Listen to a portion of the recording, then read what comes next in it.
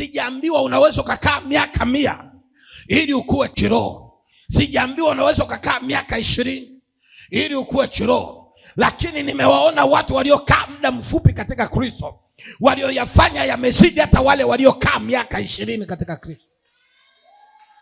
Nimemwona mtu mmoja aliyekaa na Yesu kwa masaa machache. Sidhani hata kama masaa yaliisha. Yule mwanamke Msamaria alikaa na Yesu kwa muda mfupi sana, alafu akamwambia, Bwana, kaa hapa. Yule mwanamke hakwenda chuo cha Biblia. Yule mwanamke hakubatizwa maji mengi. Yule mwanamke hakujazwa Roho Mtakatifu, lakini akamwambia, Bwana, ngoja nisubirie na kuja, baki na mtungi wangu, ninakwenda nitakuja. Hakumwambia Yesu naenda kufanya nini, lakini alipoingia mjini alimletea Yesu kijiji kizima. Alikusanya wanaume, alikusanya wanawake, akakusanya mabinti, akakusanya vijana wa kiume, akamletea Bwana. Lakini kuna kundi Yesu analo halijawahi kuleta hata watu wawili. Kuna wanafunzi mpaka walipomkuta Yesu anaongea na ule mwanamke, wakasema, Yesu amekaaje wawili na mwanamke? Ndivyo Biblia inasema, wakasema amekaaje na huyu mwanamke tena kahapa. Walikuwa na uwezo wa kujaji Yesu amekaa na nani, lakini hawajawahi kumletea Yesu hata watu wawili. Petro amekaa na Yesu, ana uwezo wa kujaji Yesu, mbona amekaa na huyu mwanamke, lakini hajawahi kumleta mtu kwa Yesu. Yule waliomuona kahaba, yule waliomuona mzinzi, akaikusanya Samaria, akaileta kwa Yesu.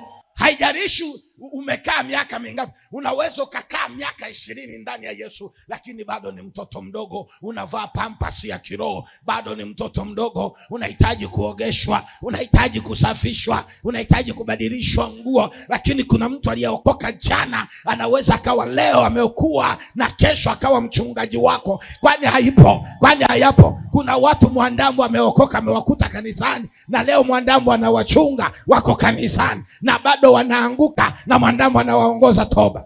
Amekuja Pita, watu wanamuona, wako kanisani, na wao ndio walimuongoza sare ya toba, na wao ndio waliomtia moyo. Amekwenda Pita, amepakwa mafuta, amekuwa mchungaji, wao bado ni washirika, bado wanaanguka dhambini. Pita anaanza kuwarejesha kwa Bwana, bado wanaanguka dhambini. Anaanza kuwachenga, bado wanaanguka dhambini. Bado tu ni wachanga. Kukaa na mtume toka zamani hakusaidii kukua kwako kiroho. Kukua kwako kiroho kunahitaji badiliko kubwa kutoka ndani. Kama hujakuwa kufikia viwango vya mahali ambapo vikwazo ni kitu ambacho hakiwezi kukusumbua, shida ni kitu ambacho hakiwezi kukusumbua, njaa haiwezi kukusumbua, umasikini hauwezi kukusumbua. Yani umasikini uwepo siwepo, wewe ni maisha ya kawaida. Yani hivyo viwango ndio Yesu anavitaka katika maisha ya mtu mmoja. Kanisa, amina. Mathayo ndio kitabu chetu cha msingi. Mathayo 17 mstari mmoja. Yesu aliondoka, aliwaacha wanafunzi, akaenda mlimani. Wakati ameenda mlimani, wanadamu wanajua kwenye kundi lile ndiko kuna uponyaji. Wanadamu wanajua tukibebe wagonjwa wetu tukawapeleka kwa Yesu watapona. Lakini hawakupewa ratiba ni lini Yesu anakuwepo na ni lini Yesu anakwenda mlimani. Kwa hiyo mtu mmoja akapewa taarifa, alikuwa na mtoto wake anaanguka kifafa. Akamchukua mwanae, akaenda ampeleke kwa Yesu. Ukumbuke Yesu hakuwa na jengo la ibada kama hili. Ni watu waliokuwa wanatembea, mara wako huku, mara wako kule, mara wako kule. Sasa siku moja yule akapeleleza, akajua wako sehemu fulani. Akabeba kijana wake akampeleka. Alipofika pale Yesu hayupo.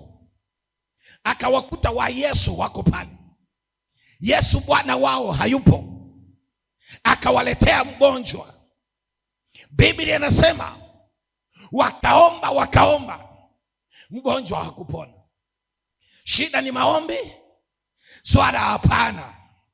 Maombi waliomba, na waliomba kama kawaida. Shida, kuna mahali kulikuwa na shida.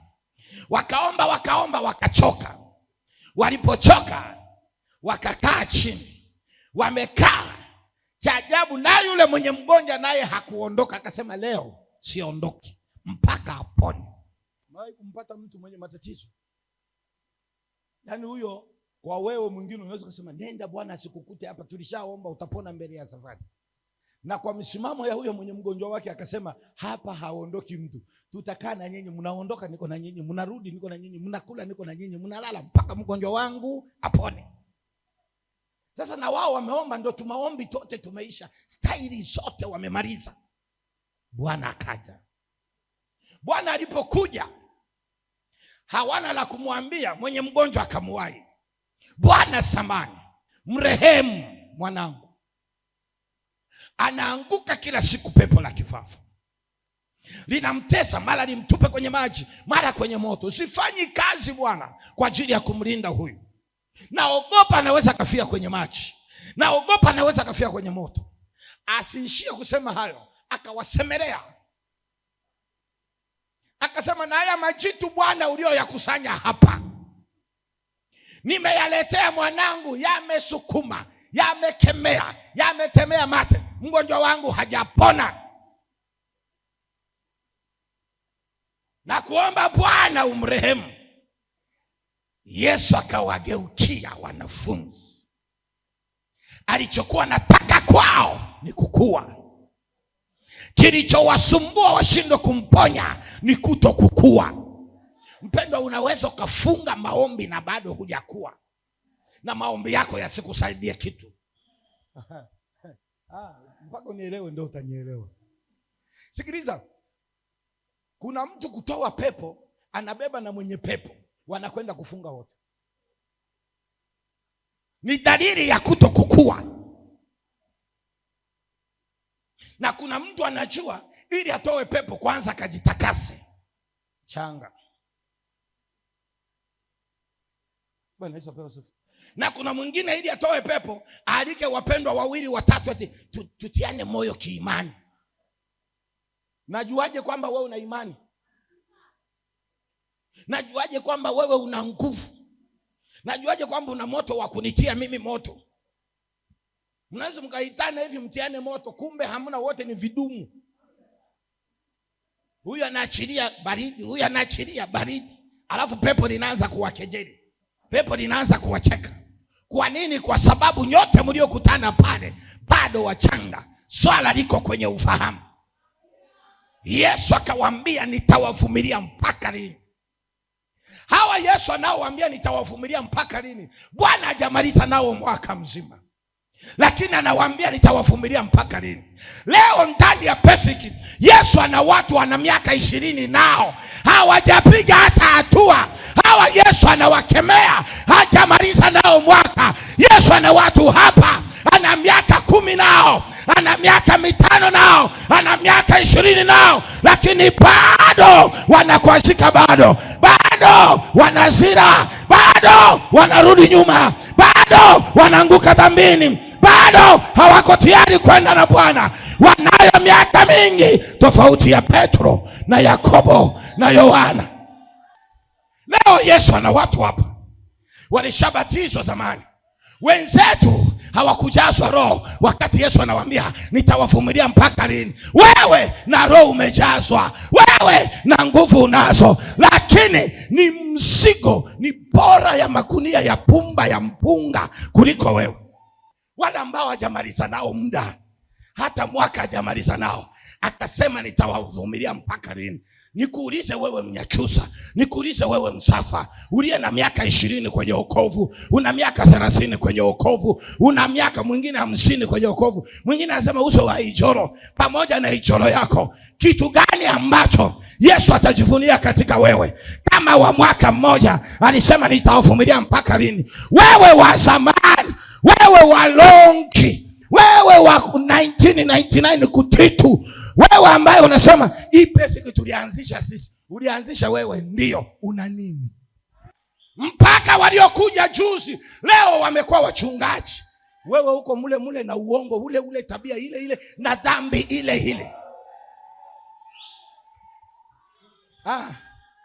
Simsemi mtu, ninahubiri neno. Ulikuwa binti, umeolewa, umezaa watoto, na watoto tumewabariki kwenye madhabahu hii. Leo watoto wameanza kumwimbia na Mungu kwenye kanisa hili. Tabia yako ni ile ile, mwenendo wako ni ule ule, akili yako ni hawa hajakaa nao mwaka, anawalaumu wanashindwa kumponya mgonjwa. Tuna watu hapa pepo likilipuka anasema mtafuteni mchungaji, lakini wana miaka 20 abarosi, wana miaka ndani ya kanisa. Ukiwaambia kutoa pepo sio huduma yangu, kuombea wagonjwa wasije wakanipa uchungaji. Jiulize, hawa Yesu anawalaumu, hakumaliza nao. Unajua Yesu alianza huduma na miaka 30.